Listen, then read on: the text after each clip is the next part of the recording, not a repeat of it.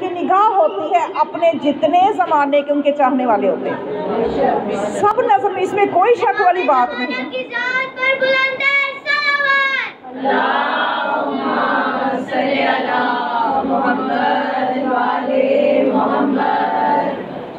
ماشاءاللہ۔ حسن المقال میں آپ کو بتاؤں کہ واقعہ درج ہے کہ جس میں حسن المقال میں راوی یہ کہتا ہے کہ ایک شخص تھا،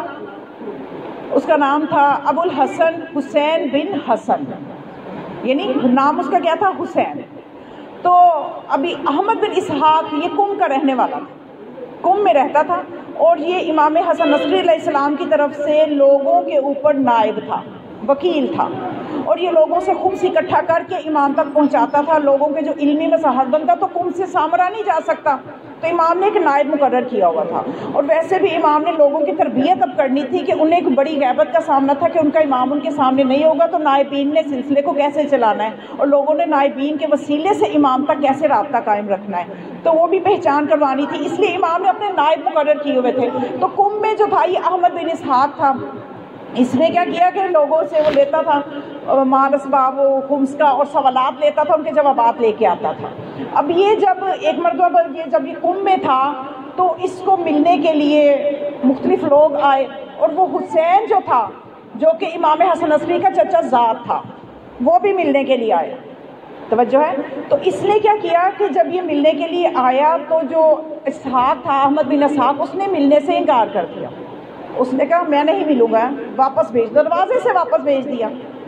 میں آپ کو بتانا چاہتی ہوں زمانے کے امام کا تصرف کیا ہے، ذرا ہمیں بھی بیدار ہونا ہے کہ ہم سوئے ہوئے کہ شاید امام ہمیں دیکھ رہے ہیں، ہر لمحہ امام ہمیں دیکھ رہے ہیں، ہمیں بیدار ہونا ہے۔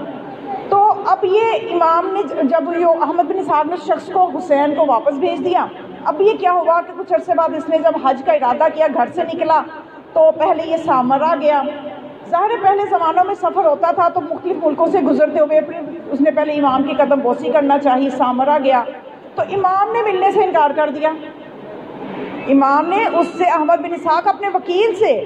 وہ کو وکیل بہت زیادہ نہیں ہوتے تھے، امام سے تو ملتے ہی بہت کم لوگ تھے، اتنے سخت میں نے بتایا نا حالات تقیہ کے تھے، ان میں سے بھی چند لوگ ملنے والے ہوں جو اتنے شیعوں سے رابطہ رکھے ہوئے ہوں اور ان کے پیغام لے کے آئیں اور امام ملنے سے انکار کر دیں، سوچئے کہ کتنی بڑی وجہ ہوگی۔ تو جب یہ پریشان ہوا، رویا بہت، گریہ زاری کے بعد جب امام کو پھر اس کو جب بتایا گیا کہ اس کی حالت ہی، اور امام نے اجازت دے دی، وہ چلا گیا، تو جا کے کہنے لگا کہ مولا میں تو آپ کے موالیوں میں سے ہوں، آپ کا وکیل ہوں، آپ نے ملنے سے انکار کیوں کر دیا؟ مولا نے فرمایا تم نے میرے چچا زاد کو ملنے سے انکار کر دیا۔ ابھی کس نے بتایا امام کو؟ اس زمانے میں تو فون بھی نہیں تھے، کچھ بھی نہیں تھا، امام کا تصرف دیکھیے۔ تو رو کے کہنے لگا کہ مولا وہ تو میں نے اس لیے انکار کیا تھا کہ وہ شراب پیتا ہے، تو میں اس کو اپنے گھر میں نہیں آنے دیا کہ یہ باز آ جائے اپنی اس حرکت سے۔ تو مولا نے فرمایا وہ اس کا فعل اس کے ساتھ تھا، تم نے ہماری نسبت کا لحاظ نہیں کیا کہ وہ سید تو ہے نا، امام کا چچا زاد ہے، تو اس عنوان سے تم نے اس کے سید ہونے کا لحاظ نہیں کیا۔ تو اس نے مولا سے معذرت کی، مولا نے معاف کیا، بہرحال وہ چلا گیا اپنے سفر پہ حج کر کے۔ جب قم واپس پہنچا تو وہاں کے لوگ ظاہر اپنے سوالات کے جوابات لینے کے لیے یا ملنے کے لیے جو بھی زیارت کے لیے اس کی آئے، جب اس کے گھر آئے تو ان میں پھر وہ شخص حسین بھی تھا۔ اب اس نے کیا کیا کہ اٹھ کے اس کا استقبال کیا، اس کو گلے لگایا، اس کو اپنی جگہ پہ بٹھایا، وہ حیران کی ایسا سلوک، اور جب پوچھا اس سے تو کہنے لگا کہ سارا واقعہ بتایا کہ میں نے جو تمہارے ساتھ کیا تھا تو وہ مولا کے علم میں ہے، تمہیں تو پتہ ہی کہ وہ تو ان کی تو نظر میں ہے سب کچھ، تو انہوں نے مجھے بھی سزا ملی، اور پھر سارا واقعہ اس کو بتایا، اور وہ اتنا متاثر ہوا کہ مجھ جیسے گناہ گار کے لیے بھی امام نے اتنی میری حمایت کی، تو اس نے اسی وقت توبہ کی، گھر جا کے شراب کی ساری بوتلیں توڑ دی اور پاک و پاکیزہ ہو گیا، اپنے نفس کو پاکیزہ کر لیا، متقی انسان بن گیا کہ آج اس کا روزہ وہاں پہ موجود ہے۔ خدا نے پھر اس کا نام اتنا بلند کیا اس کی یادگار کو۔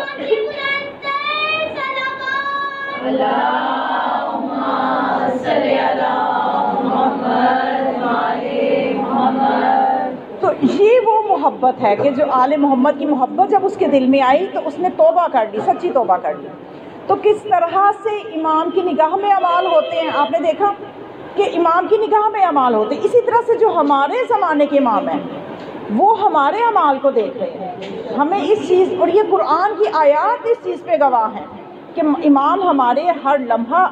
ہمارے اعمال کو دیکھ رہے ہیں، اس میں کوئی شک کی بات نہیں ہے کہ ہمیں یہ بہت بڑا تربیتی پہلو ہے جو خدا نے ایک حجت کو ہر زمانے میں اسی لیے اور آخری حجت کو باقی رکھا کہ معاشرے کی تربیت ہوتی رہے۔ جب ہمیں پتہ ہے کہ ہمارے اعمال کو دیکھا جا رہا ہے، اب ہمیں پتہ ہے کہ خدا بھی ہمارے اعمال کو دیکھ رہا ہے، تو اس سے زیادہ اثر ہم اس بات کی لیں گے کہ وہ حجت خدا